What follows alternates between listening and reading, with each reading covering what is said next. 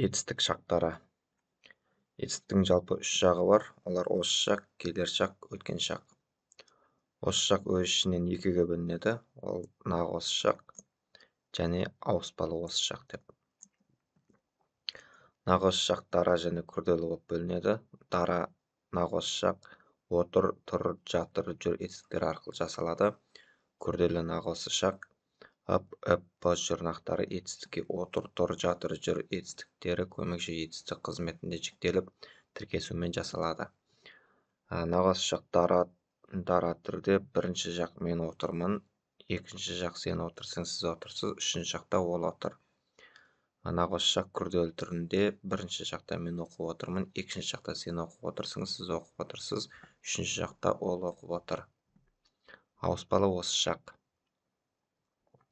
Ауыспалы осы шақ а, и жұрнағы жалғанып, жіктелуі арқылы жасалады. Құс сайрайды, балық жүзеді, адам жүреді деген сияқты. Келер шақ.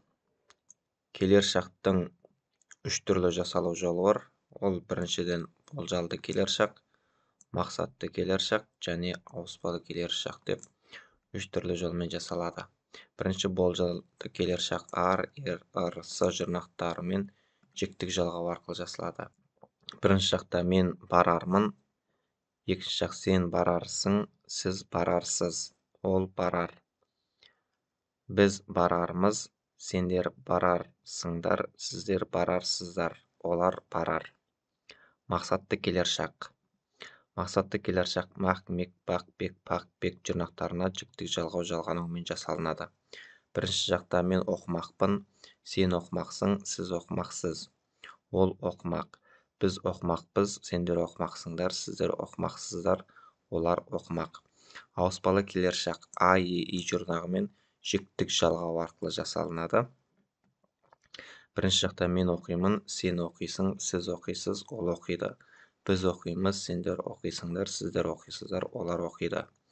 Негізгі етістік қалы келі жұрнағымен келіп, оған жіктелген күй қалып етістіктерінің тіркесуімен.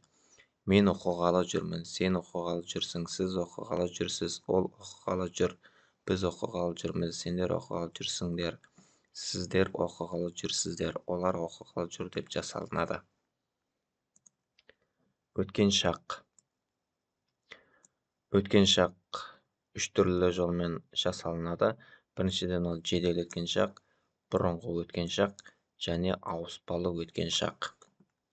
Бірінші жедел өткен шаққа тоқталсақ, ол д, д, т, т жұрнақтарымен жіктік жалғау арқылы жасалады. Мен оқыдым, сен оқыдың, сіз оқыдыңыз, ол оқыды, біз оқыдық, сендер оқыдыңдар, сіздер оқыдыңыздар, олар оқыды. Екінші бұрынғы өткен шақ түрінде жасалынады. ып, п жұрнақтарымен жіктік жалғау арқылы және қанкен жұрнақтарымен жіктік жалғау арқылы, сонымен қатар есімші жұрнақтарынан кейін екен тіркесумен жасалынады. Бірінші жақта мен оқыппын, оқығанмын. Екінші жақ сен оқыпсың, оқығансың. Сіз оқыпсыз, оқығансыз. Ол оқыпты, оқыған. Үшінші жасалу жолы өткен шақтың ауыспалы өткен шақ түрінде жасалынуы. Атын, итін жұрнақтарымен жіктік жалғау арқылы жасалынады. Бірінші жақта мен оқитынмын, оқушы едім. Сен оқитынсың, оқушы едің. Сіз оқитынсыз, оқушы едіңіз. Ол оқитын, оқушы еді. Ушы, өші қосымшасына еді көмекші етістігі тіркесуімен жасалынады. Бірінші жақ біз оқушы едік, оқитынбыз. Сендер оқушы едіңдер, оқитынсыңдар. Сіздер оқушы едіңіздер, оқитынсыздар. Олар оқушы еді, оқитын. Осымен бүгінгі біздің етістік шақтар атты сабағымыз аяқталды. Келесі сабақта кездескенше.